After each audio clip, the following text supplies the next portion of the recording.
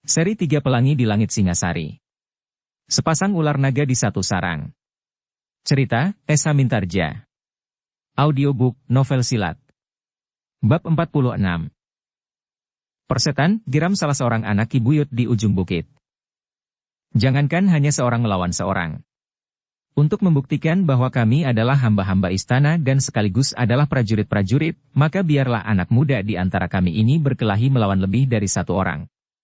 Mungkin, 2 atau 3 sejenak anak-anak muda itu menjadi ragu-ragu. Apakah itu bukan sekedar cara untuk meloloskan diri? Atau cara-cara lain yang licik? Namun seorang anak muda yang merasa terhina, tiba-tiba saja berteriak. Baik, kita akan membuat arena. Mahisa Bungalan tiba-tiba bergeser maju. Bisiknya. Apa yang harus aku lakukan, Paman? Tunjukkan kemampuanmu. Tetapi ingat, kau tidak boleh kehilangan akal. Kau lihat batu padas di pinggir padukuhan itu? Sebesar kerbau itu? Ya. Batu itu adalah batu padas yang tentu tidak terlampau keras. Berusahalah mendapat kesempatan.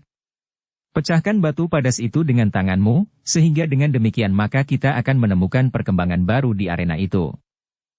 Mahisa Bungalan menarik nafas dalam-dalam. Ia harus melakukan permainan yang aneh. Tetapi ia dapat mengerti bahwa dengan demikian ada kemungkinan bahwa persoalannya akan bergeser.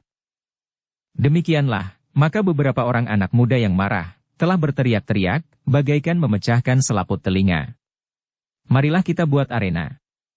Minggir, kita akan melihat, apakah benar-benar mereka bukan manusia biasa. Dan yang lain berteriak pula. Kita pilih tempat yang paling baik.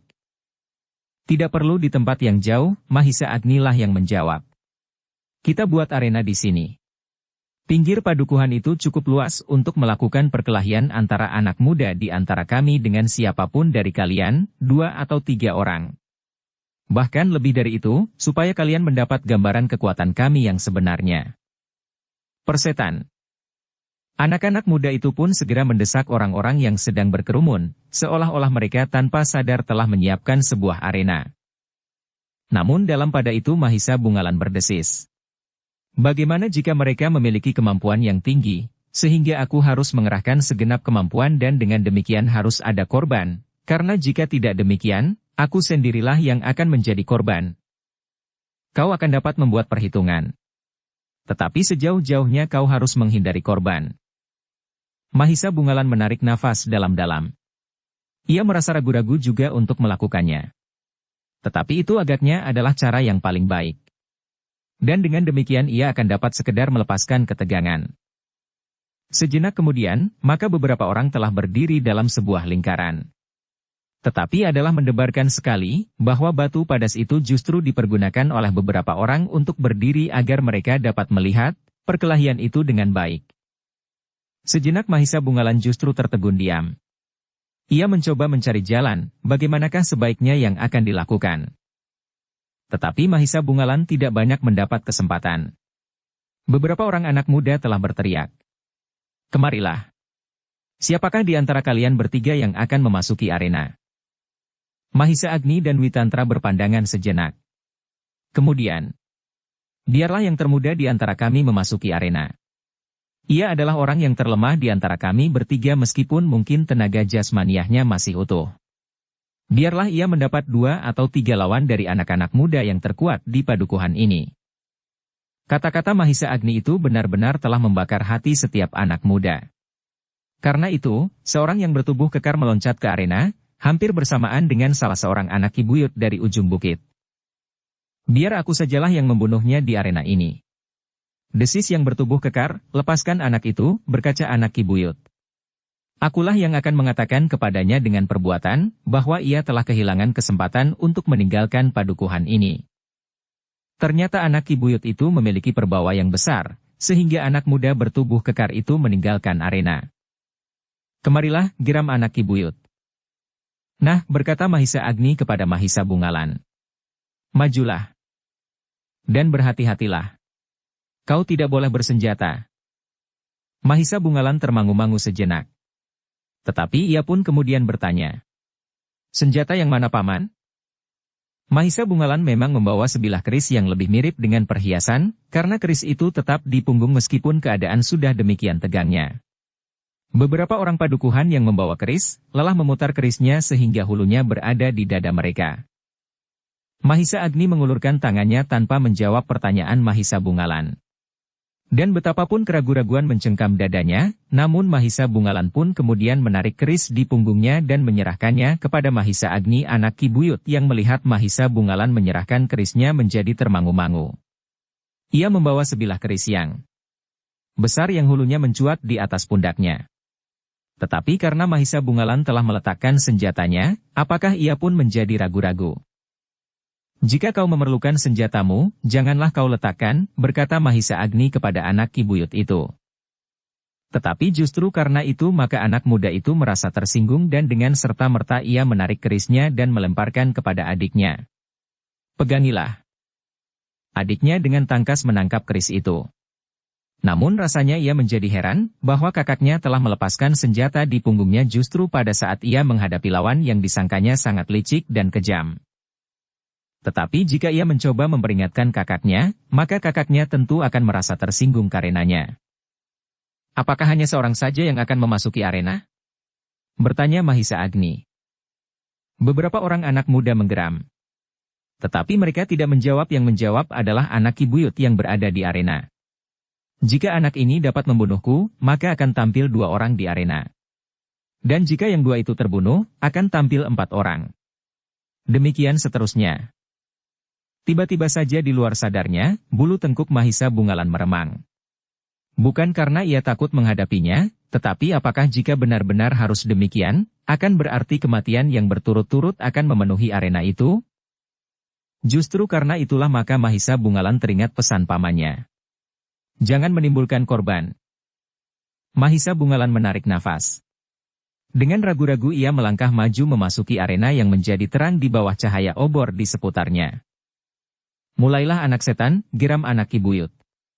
Meskipun aku bukan orang dari padukuhan ini, tetapi aku merasa wajib untuk membunuhmu, karena akulah yang telah menangkapmu dan membawanya kemari.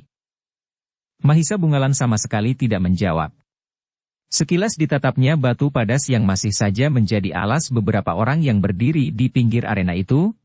Kenapa kau tiba-tiba jadi bisu, geram anak Ki Buyut itu. Mahisa Bungalan memandanginya sejenak, lalu. Aku berkelahi dengan tubuhku, tidak dengan mulutku. Jawaban itu sangat menyakitkan hati anak Ki Buyut itu. Karena itu, maka langsung ia pun meloncat menyerang. Mahisa Bungalan yang masih belum mengetahui kekuatan lawannya sama sekali, tidak mau membentur serangan itu. Jika ia salah hitung, maka serangan itu akan dapat berbahaya baginya, atau langsung membahayakan lawan itu sendiri. Karena itulah maka ia pun mengelakkan dengan sebuah langkah ke samping.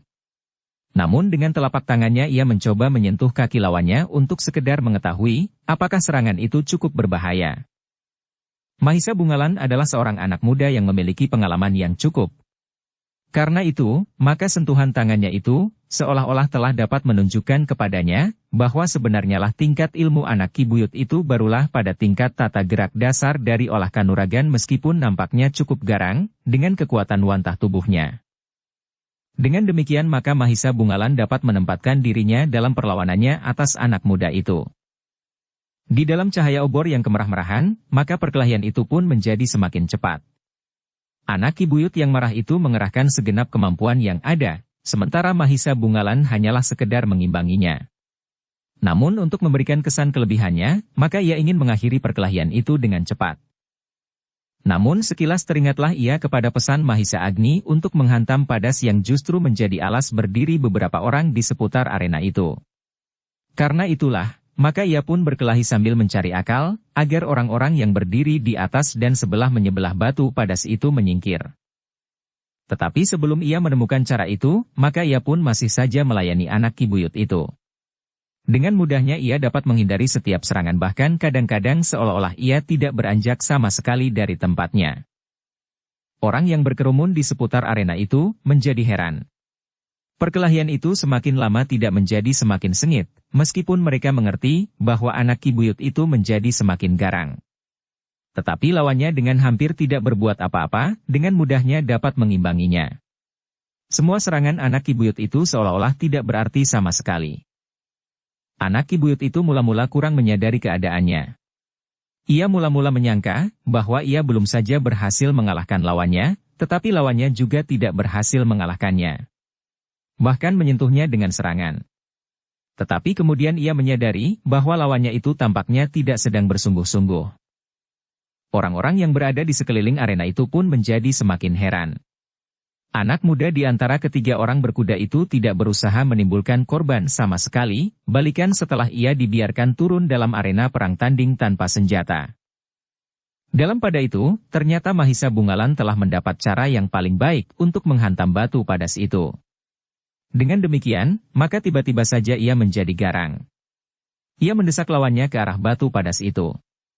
Namun kemudian dengan serangan yang berputaran ia menyerang anak Ki Buyut itu dari arah yang berbeda-beda, sehingga anak Ki Buyut itu benar-benar menjadi bingung. Dengan demikian, maka orang-orang yang ada di sekitar batu padas itu pun segera menyibak. Bahkan beberapa orang yang berdiri di atas batu padas itu pun segera berloncatan dan berlari-lari menjauh. Ternyata Mahisa Bungalan dapat mempergunakan saat itu sebaik-baiknya. Ketika orang-orang sudah menyibak, maka ia pun segera mengambil keputusan untuk melakukan pesan Mahisa Agni itu. Ketika ternyata kemudian anak Ki Buyut itu berdiri terlampau dekat dengan batu padas itu, Mahisa Bungalan pun meloncat dengan sigapnya mendorongnya beberapa langkah ke samping, sehingga anak Ki Buyut itu kehilangan keseimbangan dan jatuh bergulingan di tanah. Pada saat itulah, Mahisa Bungalan mempersiapkan diri dengan segenap kemampuannya. Dengan garangnya ia berdiri pada kedua kakinya yang sedikit merendah pada lututnya. Satu kakinya agak di depan, sedang kedua tangannya bersilang di depan dadanya. Yang dilakukan itu hanyalah berlangsung beberapa saat saja. Sedang sekejap kemudian, maka Mahisa Bungalan pun telah meloncat ke arah batu padas itu. Untuk memberikan tekanan dan suasana yang lebih mencengkam, maka Mahisa Bungalan pun berteriak dengan suara yang serasa memecahkan jantung. Sesaat kemudian setiap orang di sekeliling arena itu benar-benar telah dicengkam oleh peristiwa yang tidak pernah mereka bayangkan dapat terjadi. Darah mereka rasa-rasanya telah membeku di dalam dada. Dalam keremangan cahaya obor, mereka melihat Mahisa Bungalan yang berteriak nyaring itu meloncat seperti lidah api di langit. Sambil mengayunkan tangannya ia bagaikan menerkam batu padas di hadapannya. Yang terdengar adalah suara ledakan yang tidak begitu keras akibat benturan. Dan yang mereka saksikan hampir tidak masuk di akal mereka, bahkan beberapa orang seolah-olah tidak dapat mempercayai penglihatannya. Batu padas yang sudah terletak di tempat itu berpuluh-puluh tahun itu pun telah pecah berserakan. Debu yang putih mengepul ke udara, dan hanyut didera oleh angin malam yang dingin, sedingin darah orang-orang yang kebingungan melihat peristiwa yang rasanya telah memecahkan jantung mereka masing-masing ketika mereka menyadari keadaan yang telah terjadi itu, dan debu yang putih telah tersapu bersih. Mereka melihat Mahisa Bungalan itu berdiri tegak menghadap ke arah anak Ki Buyut yang sudah berdiri pula. Tetapi tiba-tiba saja kakinya menjadi gemetar, dan keberaniannya pun bagaikan larut seperti debu putih yang terhapus oleh angin itu. Mahisa Bungalan memandang kepada orang-orang yang berdiri di sekelilingnya. Tiba-tiba saja terdengar suaranya mengguruh. Nah, kalian lihat, apa yang dapat aku lakukan? Jika tanganku itu sengaja aku arahkan ke tubuh kalian, maka kalian akan dapat membayangkan apa yang telah terjadi. Berpasang-pasang mata memandangnya tanpa berkedip. Nah, siapakah yang merasa dirinya cukup kuat untuk menangkis pukulanku? Suasana yang semula gemuruh oleh kemarahan orang-orang padukuhan itu, tiba-tiba seperti dicengkam oleh kesenyapan yang mati. Tidak seorang pun yang berani menyahut tantangan itu. Bahkan untuk bernafas pun rasa-rasanya mereka sangat berhati-hati agar tidak didengar oleh Mahisa Bungalan. Mahisa Agni dan Witantra saling berpandangan sejenak.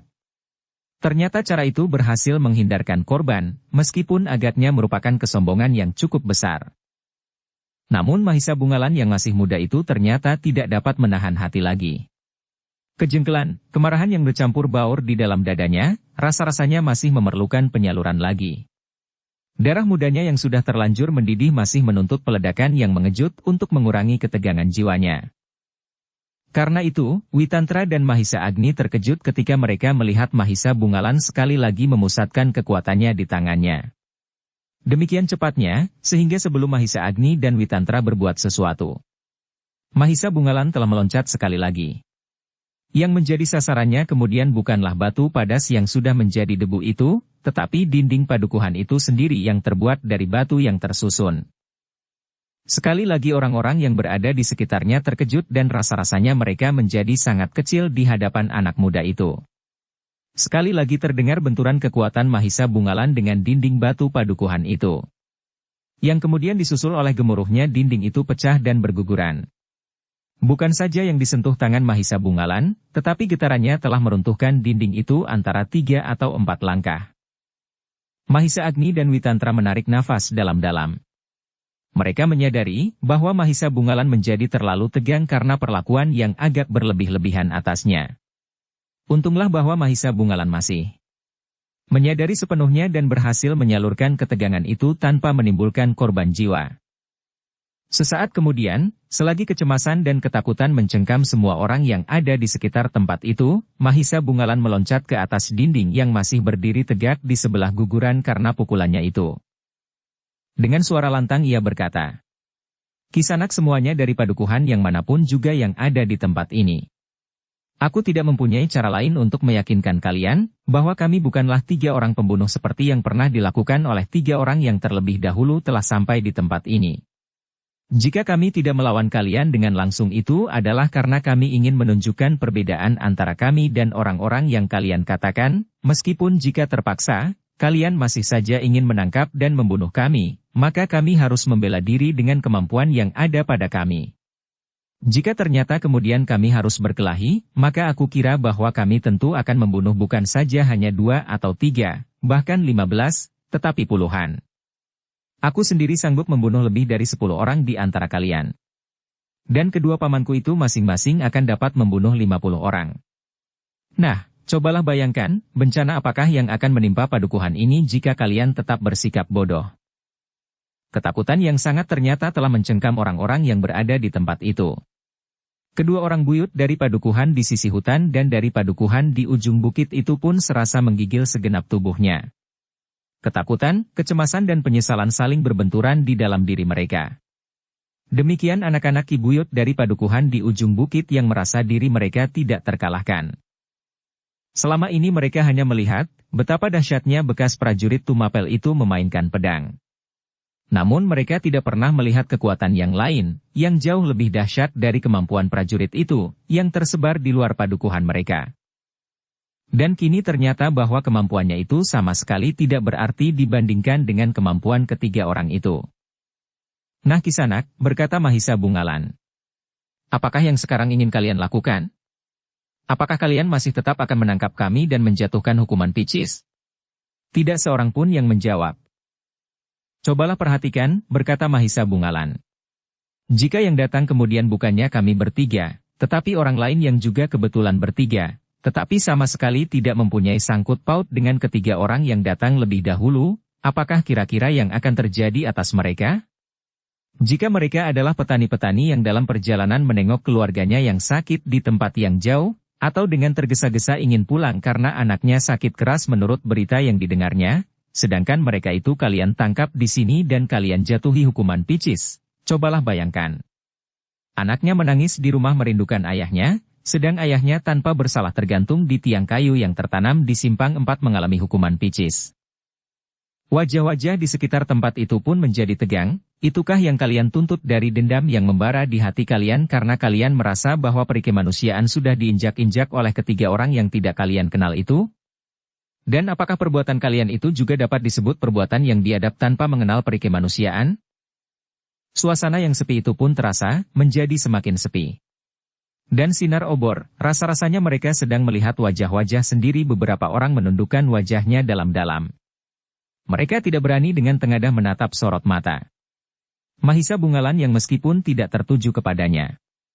Rasa-rasanya mata anak muda itu memantulkan cahaya obor dengan cahaya yang berlipat ganda, menusuk langsung ke dalam lubuk hati. "Nah, sekarang apa yang akan kalian lakukan?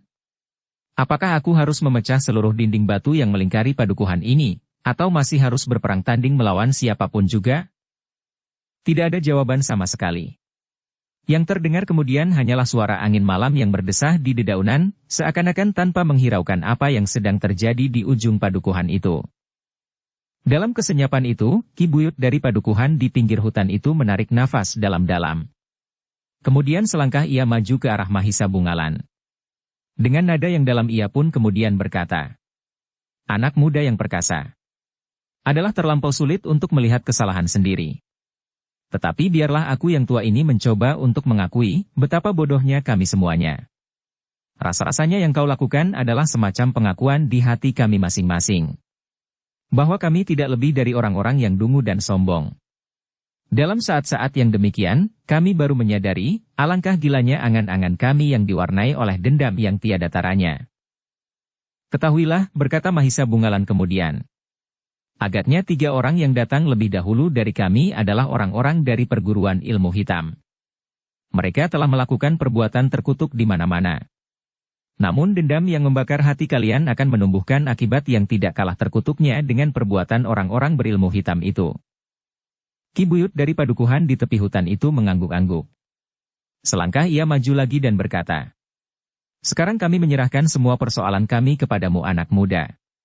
Apapun yang kau anggap baik, kami akan menganggapnya baik pula, meskipun itu akan berarti hukuman bagi kami sekalian. Aku tidak berhak menghukum siapapun.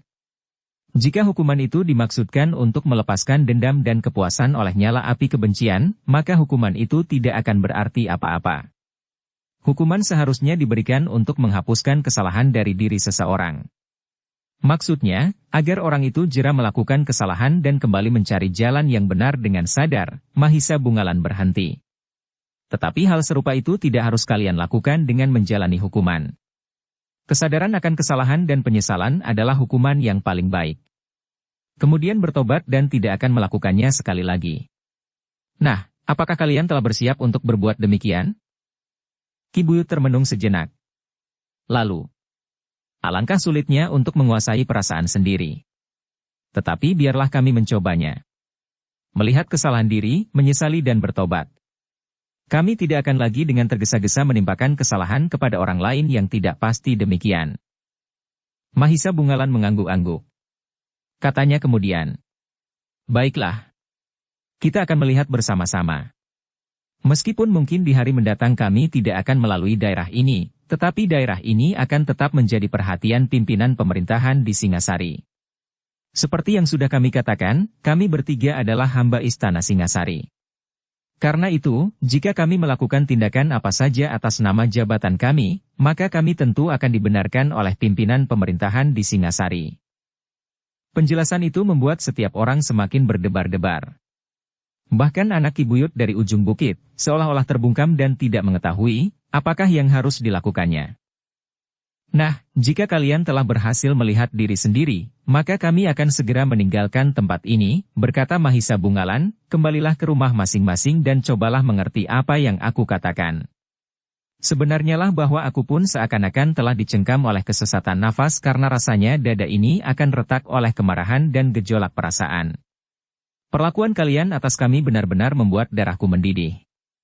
Untunglah bahwa aku berjalan dengan orang-orang tua yang dapat menenangkan gejolak perasaanku. Jika tidak, maka mungkin aku sudah berbuat lain dari yang aku lakukan, karena aku pun masih cukup muda untuk dikuasai oleh panasnya hati."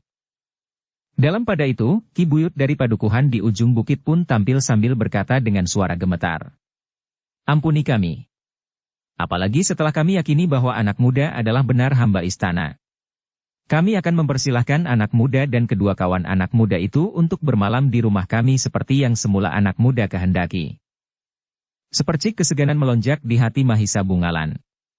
Seperti anak-anak yang merajuk ia menjawab, "Malam sudah menjadi semakin larut.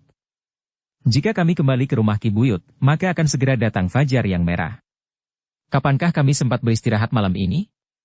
Istirahat itulah yang kami ingini sehingga kami singgah di padukuhanmu, dan kemudian mengalami perlakuan yang sangat buruk. Kami minta maaf," ulang Ki Buyut. Mahisa Agni dan Witantra hanya menarik nafas saja melihat kelakuan Mahisa Bungalan.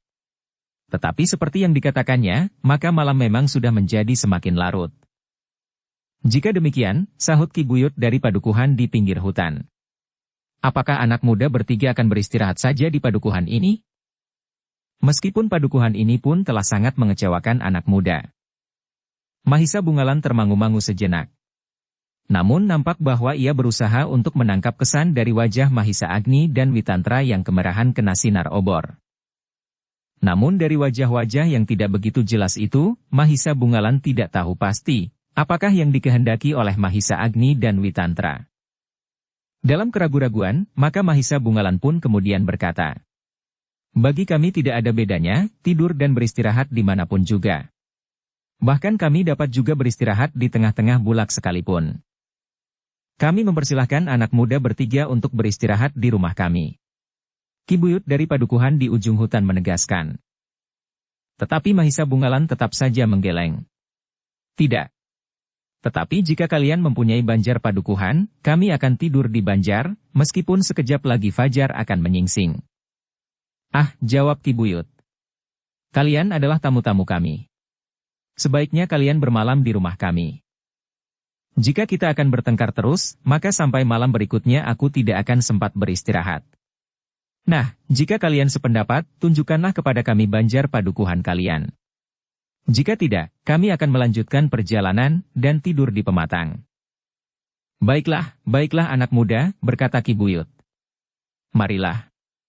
Aku akan menunjukkan letak banjar padukuhan kami yang buruk itu." Demikianlah maka Mahisa Bungalan, Mahisa Agni dan Witantra pun segera mengikuti Ki Buyut dari padukuhan di sebelah hutan itu pergi ke banjar. Banjar itu memang tidak besar dan terbuat dari bahan yang sederhana. Dinding bambu ulung yang berwarna ungu menyekat banjar itu, sehingga merupakan bilik-bilik kecil di bagian belakang. "Inilah banjar padukuhan kami," berkata Ki Buyut. "Bagus sekali. Dan kami akan tidur di pendapa banjar. Kami akan membersihkan bilik-bilik itu. Kami akan tidur di pendapa," ulang Mahisa Bungalan tegas. Ki Buyut menarik nafas dalam-dalam. Kemudian jawabnya, "Baiklah anak muda. Biarlah seseorang membersihkan pendapa itu." Sejenak kemudian, maka seorang anak muda membawa beberapa helai tikar naik ke pendapa dan dengan tergesa-gesa membersihkan debu dengan sapu ijuk. Kemudian dibentangkannya tikar pandan yang dibawanya masing-masing diberinya rangkap. "Terima kasih," berkata Mahisa Bungalan yang kemudian menambatkan kudanya pada sebatang pohon perdu di halaman pendapa itu. "Aku akan tidur. Kami sedang menjerang air dan menanak nasi," desis anak muda yang membentangkan tikar itu. "Aku akan tidur," ulang Mahisa Bungalan seolah-olah tidak mendengarkan kata-kata anak muda itu. "Jangan bangunkan aku sebelum aku bangun dengan sendirinya."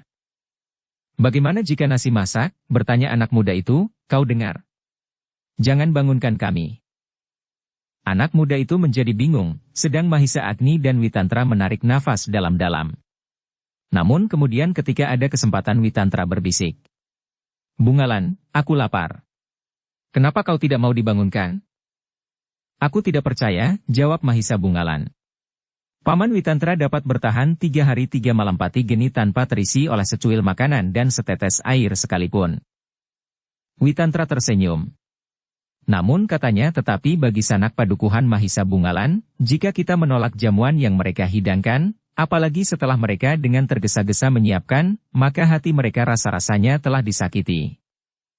Tetapi apakah mereka tidak menyadari bahwa mereka pun telah menyakiti hatiku? Hati Paman Witantra dan Paman Mahisa Agni." Witantra mengangguk-angguk. Katanya, "Jadi kau membalas sakit hatimu dengan menyakiti hati mereka pula?" Mahisa Bungalan mengerutkan keningnya. Namun kemudian ia bertanya, "Jadi bagaimana maksud Paman?" "Jika mereka ingin membangunkan kami, biarlah mereka melakukannya. Dengan demikian kita tidak membuat hati mereka sakit. Apalagi jika mereka tahu bahwa sikapmu itu adalah sikap seseorang yang sedang merajuk." Ah, Mahisa Bungalan menjadi tegang. Tetapi Witantra dan Mahisa Agni justru tertawa karenanya. Mahisa Bungalan pun kemudian menarik nafas dalam-dalam sambil berkata, "Terserahlah kepada Paman. Tetapi aku sudah terlanjur mengatakan kepada anak muda itu, bahwa aku tidak mau mereka bangunkan." "Terserahlah kepada mereka," berkata Mahisa Agni kemudian. "Apakah mereka akan membangunkan kita atau tidak? Jika mereka memang berhasrat membangunkan kita, kita akan bangun. Jika tidak, tentu saja kita tidak dapat berbuat apa-apa, karena Mahisa Bungalan memang sudah terlanjur mengatakannya." Mahisa Bungalan hanya dapat mengangguk kecil. Namun agaknya ia masih tetap menyimpan kejengkelan di dalam hatinya tanpa membersihkan diri, ia langsung membaringkan dirinya di atas tikar itu. Kau tidak mandi? Bertanya Mahisa Agni. Jika kau mandi, aku tidak akan beristirahat. Biarlah, nanti jika fajar mulai mewarnai langit, aku akan bangun dan mandi 2 kali lipat. Mahisa Agni tertawa. Kejengkelan Mahisa Bungalan ternyata membuatnya justru seperti sedang bergurau. Namun Mahisa Bungalan benar-benar tidak bangkit lagi. Bahkan ia meluruskan kakinya dan memejamkan matanya tanpa menghiraukan apapun lagi. Mahisa Agni dan Witantra ternyata tidak berbuat seperti Mahisa Bungalan. Mereka berdua pergi juga ke sumur untuk mencuci tubuhnya yang kotor oleh keringat dan debu. Bahkan kemudian mereka pun tidak segera berbaring seperti Mahisa Bungalan. Untuk beberapa saat lamanya mereka masih duduk dan bercakap-cakap. Dalam pada itu, meskipun Mahisa Bungalan sudah berbaring pula, tetapi sebenarnya ia belum tertidur pula. Bahkan rasa-rasanya ia ingin memaksa agar kedua pamannya itu pun segera berbaring dan tertidur. Tetapi Mahisa Agni dan Witantra justru masih saling berbicara beberapa lamanya. Ternyata bahwa Mahisa Agni dan Witantra masih cukup lama duduk berbicara di atas tikar pandan itu, sehingga kemudian seorang anak muda mendekatinya untuk mempersilahkan mereka makan. Anak muda keparat itu lagi, desis Mahisa Bungalan. Dan agaknya kedua paman itu sengaja menunggu anak muda itu untuk mempersilahkan. Tetapi aku tidak akan bangun dan pergi kemanapun juga untuk makan. Tetapi di luar dugaan Mahisa Bungalan, maka Mahisa Agni pun menjawab. Maaf Kisanak. Kami sudah sangat lelah, sehingga kami tidak akan ingin berjalan lagi meskipun hanya selangkah. Sementara itu, biarlah persediaan itu kami makan besok pagi saja. Bukannya kami tidak bersedia menerima kemurahan hati Ki Buyut, tetapi hanya sekedar menunda beberapa lama lagi, karena sebenarnya lah malam pun akan segera digeser oleh kemerahan fajar. Anak muda itu mengerutkan keningnya. Namun kemudian katanya, apakah kami harus membawanya kemari Kisanak? Itu pun tidak perlu. Biarlah kami yang akan datang. Tetapi tidak sekarang. Nanti pagi-pagi benar kami akan datang ke rumah Ki Buyut sebelum kami meneruskan perjalanan. Orang itu ragu-ragu sejenak. Namun kemudian katanya, baiklah Kisanak. Kami akan menyampaikannya kepada Ki Buyut. Ketika anak muda itu pergi, maka Mahisa Bungalan berdesis. Apakah paman tidak menyakiti hatinya?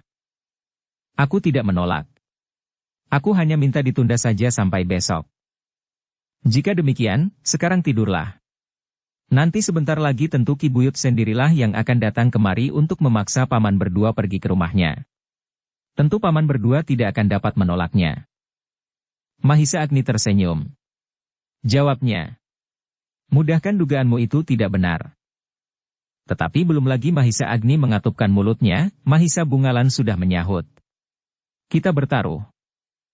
Witantralah yang menyahut. Apakah taruhanmu? Sisa malam ini. Maksudmu? Jika aku benar, maka aku akan tidur nyenyak, dan paman berdua harus berjaga-jaga sampai pagi. Tetapi jika aku salah, maka akulah yang akan bangun sampai kita meninggalkan padukuhan ini besok. Mahisa Agni dan Witantra tertawa. Baiklah Mahisa Bungalan, berkata Mahisa Agni. Kita mempertaruhkan sisa malam ini. Tetapi belum lagi Mahisa Agni mengakhiri kata-katanya, seperti yang diduga oleh Mahisa Bungalan, maka Ki Buyut pun lelah naik ke pendapa pula. Kenapa kalian tidak mau menerima tanda terima kasih kami? Bertanya Ki Buyut.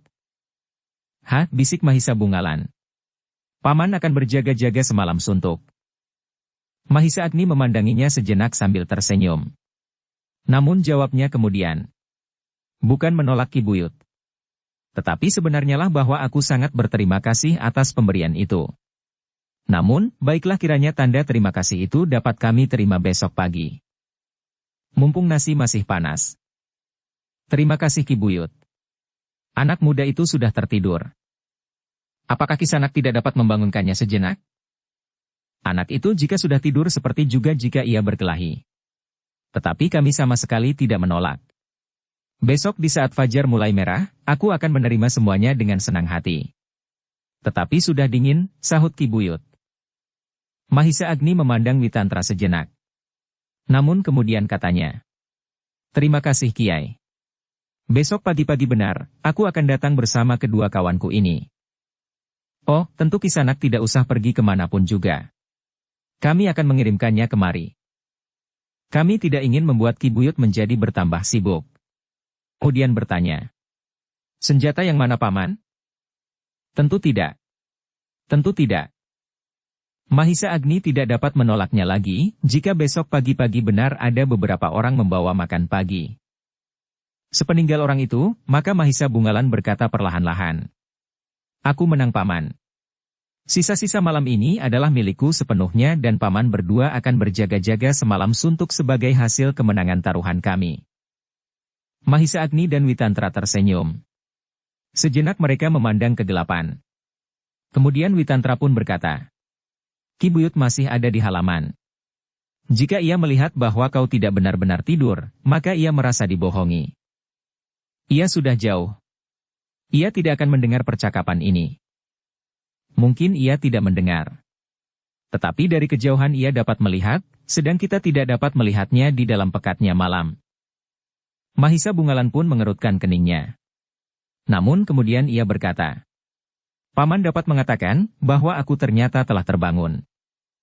Mahisa Agni hanya tersenyum saja mendengarkannya. Tetapi kemudian ia pun memotong percakapan itu. Nah, menurut taruhan yang sudah kita setujui, sekarang tidurlah. Biarlah kami tetap duduk dan bercakap-cakap saja di sini. Kami memang tidak mengantuk. Terima kasih Paman, sahut Mahisa Bungalan sambil membetulkan letak kakinya. Namun tiba-tiba ia pun bangkit sambil berkata, Jadi Paman berdua akan tetap duduk saja? Ya kenapa? Itu akan lebih baik daripada aku harus berbaring, jika demikian, mungkin kami berdua pun akan tertidur pula. Ah, sebaiknya Paman juga tidur. Jika Paman duduk saja semalam suntuk, maka orang-orang padukuhan ini tentu akan selalu saja mengganggu dengan menawarkan segala macam makanan dan minuman. Mahisa Agni dan Witantra tertawa. Bahkan Witantra berkata, Sebenarnya lah kami mengharapkannya. Apakah keberatanmu sebenarnya? Harga diri Paman. Terdengar suara lain. Bukan harga diri. Tetapi kau benar-benar sedang merajuk. Ah. Kian? Jadi apakah kami harus tidur? Tiba-tiba saja Mahisa Agni bertanya. Mahisa Bungalan tertawa. Jawabnya. Ya Paman berdua harus tidur seperti aku. Setidak-tidaknya berbaring. Keduanya pun tertawa pula. Witantra lah yang menjawab. Baiklah. Kami akan berbaring dan tidur nyenyak di pendapa ini mudah-mudahan orang berilmu hitam yang pernah datang kemari tidak mengganggu kami selagi kami masih tidur nyenyak Mahisa Bungalan mengerutkan keningnya. Namun katanya kemudian. Aku tidak akan dapat tidur. Baiklah. Aku akan berjaga-jaga jika orang-orang berilmu hitam itu datang. Aku akan membunuh mereka 2 kali lipat. Mereka sudah mengganggu padukuhan ini dan hampir saja menjerumuskan aku ke tiang hukuman picis. Tetapi menurut perhitunganku mereka tidak akan kembali lagi. Berkata Mahisa Agni. Setidak-tidaknya untuk waktu yang dekat ini. Mahisa Bungalan memandang kedua pamannya berganti-ganti seolah-olah ia ingin mendapat persamaan pendapat dari keduanya. Ya, sahut Witantra kemudian. Aku sependapat meskipun kita masih harus tetap berhati-hati. Mahisa Bungalan mengangguk-angguk. Namun kemudian ia berkata pula. Silahkan tidur nyenyak Paman. Aku tentu tidak akan dapat tidur malam ini. Udara panas, dan hatiku pun masih tetap hangat. Mahisa Agni dan Witantra berpandangan sejenak. Namun keduanya pun segera membaringkan dirinya di sebelah Mahisa Bungalan, namun demikian, ternyata ketiga-tiganya tetap tidak memejamkan matanya. Rasa-rasanya mereka tidak akan dapat mengantuk lagi justru setelah mereka berbaring. Di luar malam rasa-rasanya menjadi semakin dingin. Angin yang lembab berhembus menyentuh tubuh-tubuh yang terbaring diam, namun yang sama sekali tidak tertidur itu. Dalam pada itu Mahisa Bungalan yang gelisah tiba-tiba berdesis. Ada 2-3 orang yang berkeliaran di halaman banjar ini Paman? Ya, jawab Witantra. Tetapi mereka adalah peronda-peronda yang dikirim oleh Ki Buyut. Dari mana Paman mengetahuinya? Sikapnya yang tenang dan langkahnya yang tetap. Jika mereka orang-orang jahat, maka langkah kakinya tentu memberikan kesan sikap yang berbeda. Mahisa Bungalan mengangguk-angguk. Pamannya pun tentu hanya mendengar desir kaki dan tidak melihat orangnya karena pamannya pun masih saja berbaring memandang atap banjar itu. Tetapi dugaannya itu tentu tepat sekali, karena langkah yang didengar memang tidak mencerminkan kegelisahan. Tetapi belum lagi mereka merasa mapan berbaring di atas tikar pandan itu, mereka telah mendengar suara ayam jantan yang berkokok menjelang fajar. Langit yang menjadi kemerahan telah menguakkan kegelapan yang pekat. Lamat-lamat pepohonan mulai nampak semakin jelas. Regol halaman banjar yang terbuka dan dua orang yang berdiri di muka regol. Sedang seorang yang lain, duduk di atas sebuah batu di ujung halaman. Perlahan-lahan mereka melangkah keluar pintu. Demikian pula yang duduk itu pun berdiri dan melangkah pula keluar. Mereka meninggalkan halaman, desis Mahisa Bungalan. Kau memperhatikannya? Bertanya Mahisa Agni. Atau barangkali kau curiga? Merekalah yang curiga. Tentu tidak. Apakah yang dapat mereka lakukan? Mahisa Bungalan termangu-mangu sejenak. Dipandanginya orang yang melangkah semakin jauh dan kemudian hilang di balik pintu regol itu. Apakah kerja mereka sebenarnya? Bertanya Mahisa Bungalan.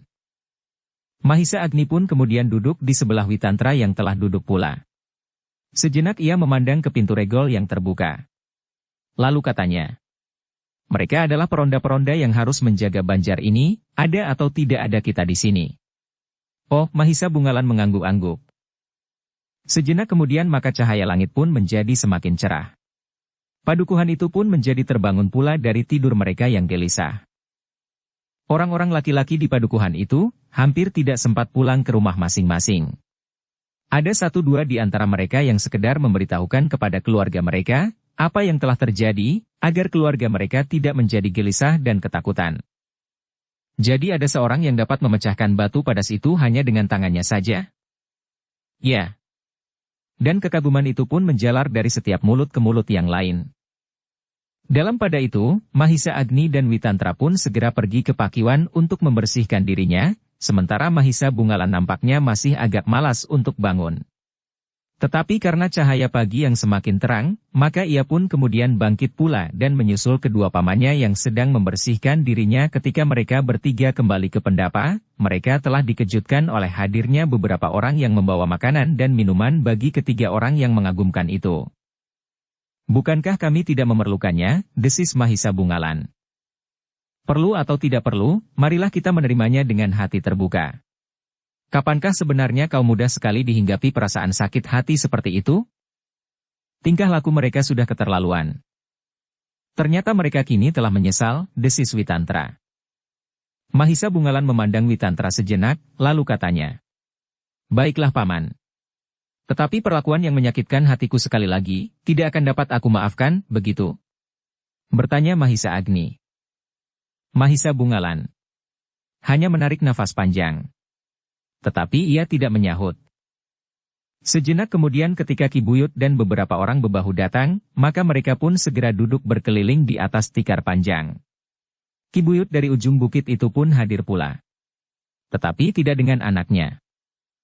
Hampir di luar sadarnya, Mahisa Bungalan pun bertanya. Di manakah putra-putra Ki Buyut itu?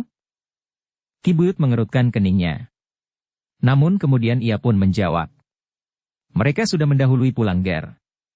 Tetapi mereka berpesan, bahwa mereka mohon maaf atas kekeliruan yang telah mereka lakukan, seperti aku sendiri juga akan mohon maaf pula. Mahisa Bungalan terdiam sejenak.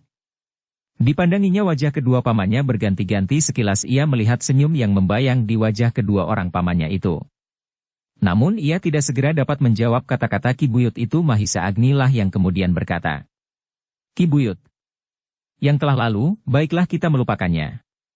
Mudahkan untuk selanjutnya Ki Buyut dan seluruh penghuni padukuhan ini, maupun padukuhan di ujung bukit itu tidak segera bertindak sebelum persoalannya diketahui dengan pasti.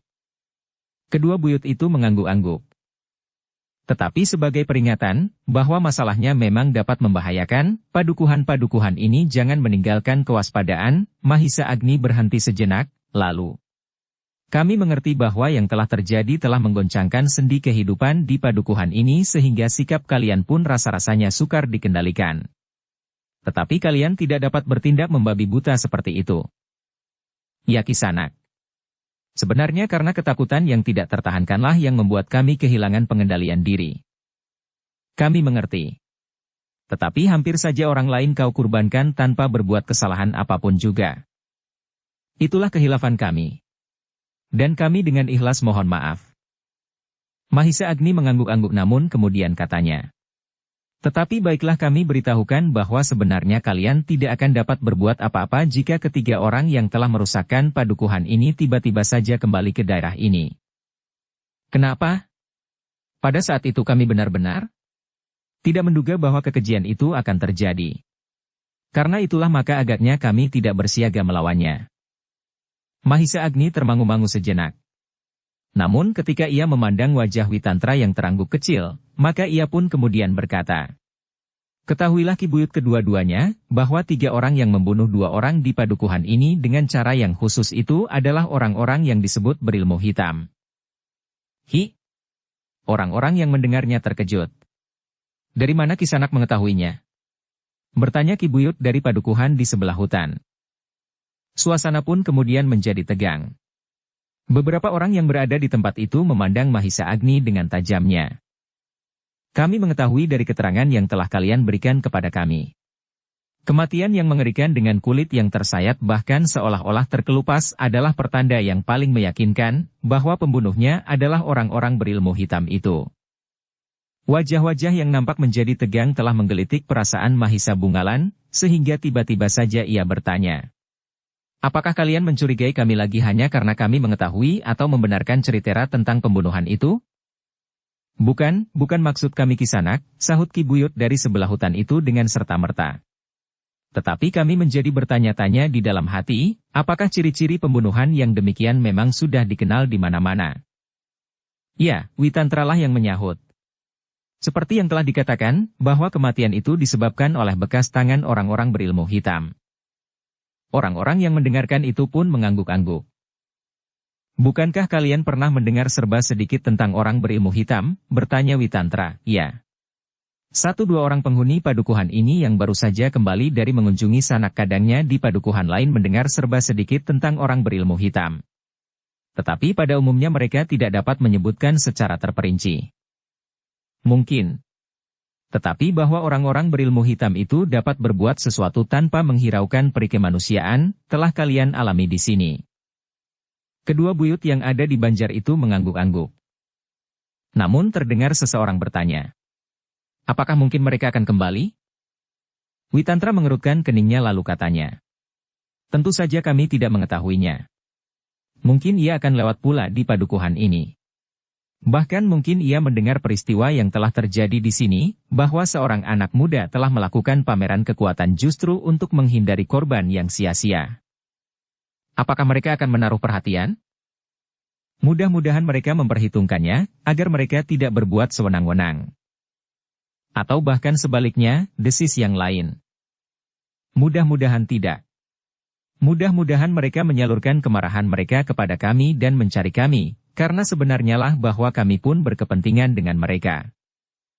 Apakah yang dapat kami katakan tentang kalian jika orang-orang berilmu hitam itu kembali atau sekedar lewat saja di padukuhan ini? Jika mereka mendengar hal-hal yang kalian lakukan di sini, tentu mereka ingin mengetahui, siapakah kalian? Mahisa Agni dan Witantra berpandangan sejenak. Baru kemudian Witantra menjawab. Baiklah. Seperti yang sudah kami katakan, kami adalah hamba Istana Singasari. Kami memang mendapat tugas untuk melihat-lihat daerah yang terpencil seperti padukuhan ini. Jadi kalian benar-benar prajurit?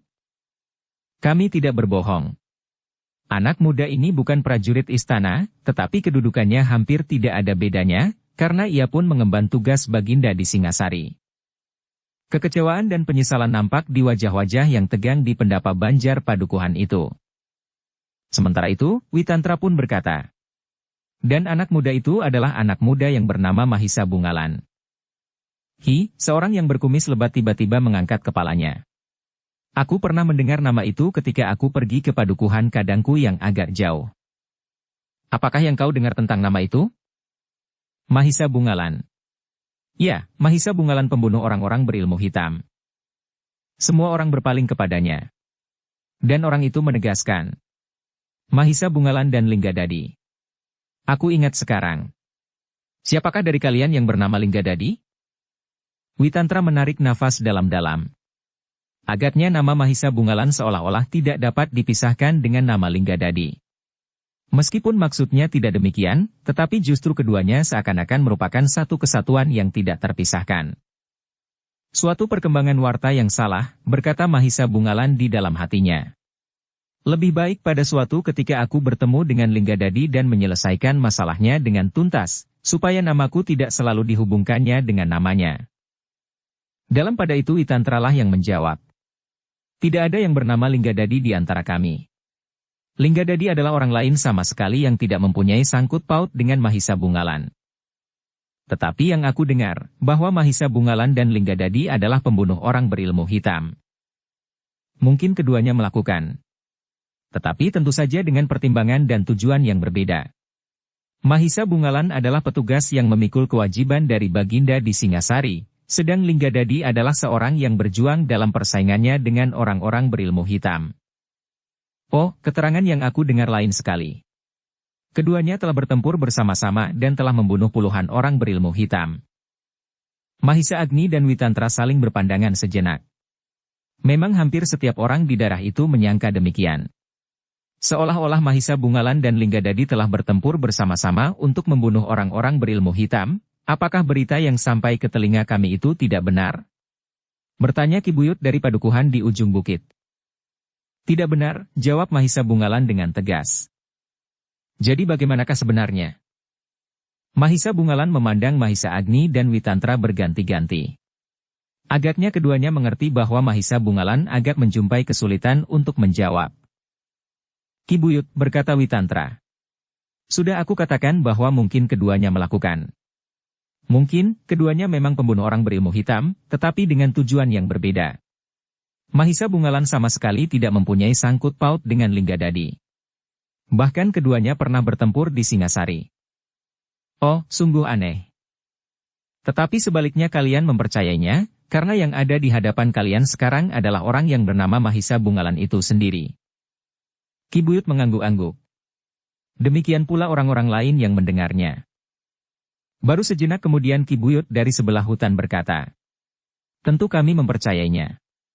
Beruntunglah bahwa kami telah mendengar langsung dari orang yang berkepentingan. Terima kasih Ki Buyut, sahut Witantra.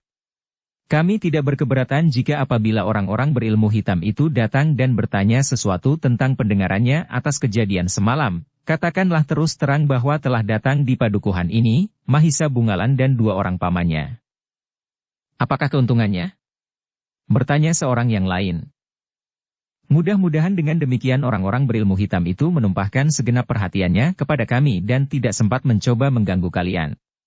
Karena sebenarnya lah mereka pun harus mengakui bahwa Mahisa Bungalan memang pembunuh orang berilmu hitam seperti Linggadadi, tetapi dengan tujuan yang berbeda. Terima kasih, desis Ki Buyut dari padukuhan di sebelah hutan. Kami dapat mengerti. Dan kami akan selalu menyebut namamu. Mudah-mudahan dapat memberikan pengaruh atas orang-orang berilmu hitam itu, karena mereka memang harus memperhitungkan Mahisa Bungalan pembunuh orang berilmu hitam. Tetapi membunuh bukanlah tujuanku, tiba-tiba saja Mahisa Bungalan memotong. Meskipun aku bertemu dengan orang-orang berilmu hitam, tetapi tidak melakukan sesuatu yang dapat menimbulkan kericuhan dan malapetaka, aku akan menghindari benturan apalagi pembunuhan. Kami dapat mengerti, jawab Ki Buyut dari ujung bukit. Dan kami sudah menyaksikan, betapa kalian bertiga dengan sungguh-sungguh berusaha menghindarkan korban yang jatuh karena kebodohan kami. Sudahlah. Sahut Mahisa Agni. Berhati-hatilah di lain kali. Orang dari padukuhan di ujung bukit dan di sebelah hutan serta beberapa orang dari padukuhan-padukuhan di sekitarnya yang ikut berkerumun di banjar itu mengangguk-angguk. Namun dalam pada itu, Ki Buyut dari padukuhan di tepi hutan itu pun berkata, "Ah, kami terlampau banyak berbicara. Sekarang kami ingin mempersilahkan kalian makan dan minum sekedarnya, menurut apa yang ada di padukuhan kami." Mahisa Agni dan Witantra, di luar sadarnya memandang wajah Mahisa Bungalan. Namun keduanya pun tersenyum ketika mereka melihat Mahisa Bungalan mengangguk. Terima kasih Ki Buyut, jawab Mahisa Agni, kami akan menerima segala pemberian ini dengan perasaan terima kasih yang setulus-tulusnya. Mahisa Bungalan menggigit bibirnya. Jauh daripada memuaskan, sahut Ki Buyut dari padukuhan di ujung bukit. Tetapi hendaknya dapat memadai. Satu demi satu orang-orang yang berkerumun di banjar itu pun menyingkir. Mereka kemudian memberi kesempatan kepada ketiga orang itu untuk makan tanpa terganggu. Sambil makan Mahisa Bungalan masih saja bergumam. Adalah berbahaya sekali tindakan yang tergesa-gesa itu. Tetapi apakah orang-orang berilmu hitam itu masih akan kembali paman? Dan kenapa mereka tiba-tiba saja berada di tempat ini? Tentu saja kami tidak tahu, jawab Mahisa Agni. Tetapi menilik arah perjalanan yang ditempuhnya, maka ia menuju ke suatu tempat, justru di dekat kota raja atau jika mereka berjalan terus, mereka akan menuju ke tempat yang jauh sekali. Mungkin mereka sengaja mendekati kota raja, berkata Witantra. Tentu saja dengan tujuan tertentu yang belum kita ketahui. Yang lain mengangguk-angguk. Namun kemudian Mahisa Bungalan berkata, jika terjadi kematian dan pembunuhan seperti ini, maka agaknya akan mudah bagi kita untuk menemukan jejak mereka. Mungkin. Tetapi tentu tidak selalu mereka melakukan pembunuhan di tempat-tempat yang mereka lalui. Jika tidak ada persoalan yang memaksa, mereka pun tentu tidak akan membunuh, kecuali di saat-saat mereka melakukan pemujaan. Dan itu pun agaknya mereka lakukan di tempat-tempat khusus. Mahisa Bungalan mengangguk-angguk. Katanya, ya, mereka membuat semacam sanggar seperti yang aku lihat di padukuhan yang dikenal sebagai daerah bayangan hantu. Mahisa Agni dan Witantra pun ikut mengangguk-angguk pula. Mereka pernah mendengar cerita Mahisa Bungalan tentang daerah bayangan hantu. Dan mereka pun pernah mendengar cerita tentang kebiasaan orang-orang berilmu hitam itu dalam upacara-upacara yang sejalan dengan ilmu dan kepercayaan mereka. Untuk beberapa saat mereka pun kemudian saling berdiam diri, seolah-olah mereka sedang memusatkan perhatian mereka kepada hidangan yang ada di hadapan mereka, meskipun sebenarnya hidangan itu tidak menarik. Namun agaknya Ki Buyut dari padukuhan di pinggir hutan yang merasa bersalah terhadap ketiga orang itu, sudah berusaha untuk dapat memberikan hidangan yang sebaik-baiknya. Mereka telah memotong beberapa ekor ayam yang paling gemuk, nasi yang paling putih dan dimasak oleh juru madaran yang paling baik. Paman, berkata Mahisa Bungalan. Setelah kita menghabiskan hidangan ini, apakah yang akan kita lakukan? Mahisa Agni mengerutkan keningnya, lalu katanya. Apakah kita akan mempunyai rencana lain? Tentu tidak. Tetapi barangkali ada sesuatu yang perlu kita kerjakan? Mahisa Agni menggelengkan kepalanya. Katanya, aku tidak mempunyai rencana apa-apa. Witantra pun menyahut. Kita akan langsung menuju ke Panawijen dan barangkali ke Padang Karautan. Bukankah kita akan melihat padukuhan itu dan barangkali kolam yang tentu sudah tidak seindah saat dibuatnya, tetapi kenangan yang akan tumbuh mungkin akan jauh lebih indah dari peristiwa-peristiwa yang pernah terjadi sebenarnya. Mahisa Agni menarik nafas dalam-dalam. Tetapi ia tidak mengatakan apa-apa. Lalu bagaimanakah dengan orang-orang berilmu hitam itu? Kita akan pergi sesuai dengan rencana kita. Jika di perjalanan kita bertemu, maka kita akan menentukan sikap. Mahisa Bungalan mengangguk-angguk. Katanya, baiklah paman, untuk sementara kita akan melupakan orang-orang berilmu hitam itu. Tetapi jika di perjalanan kita menjumpai peristiwa seperti yang terjadi di padukuhan ini, tentu tidak akan dapat tinggal diam. Demikianlah, setelah mereka bertiga selesai makan dan minum, maka mereka pun kemudian minta diri kepada orang-orang yang datang kembali ke pendapa. Kedua buyut yang ada di antara mereka mencoba untuk menahan barang 1-2 malam. Tetapi ketiga orang itu tetap pada rencananya untuk meneruskan perjalanan mereka ke Padang Karautan. Beberapa orang, termasuk kedua buyut itu, mengantarkan mereka sampai ke regol padukuhan. Kemudian mereka melepaskan ketiga orang itu menempuh perjalanan, melintasi bulak yang panjang yang mulai dihangatkan oleh cahaya matahari yang menjadi semakin tinggi. Dalam pada itu, selagi Mahisa Agni, Witantra dan Mahisa Bungalan menempuh perjalanan ke Panawijen, maka di arah yang lain 3 orang sedang berpacu pula. Justru menuju ke kota raja, meskipun mereka tidak akan memasuki kota itu. Kita tidak boleh melakukan pembunuhan lagi, berkata Empu Baladatu kepada kedua orang pengawalnya. Kenapa Empu? Mereka yang tidak mau membantu kita, apa salahnya kita binasakan? Sebenarnya aku ingin membunuh lebih banyak lagi, jawab pengawalnya. Itu adalah satu kebodohan. Dengan demikian maka orang-orang yang sengaja mencari kita akan dengan mudah menemukan jejak kita.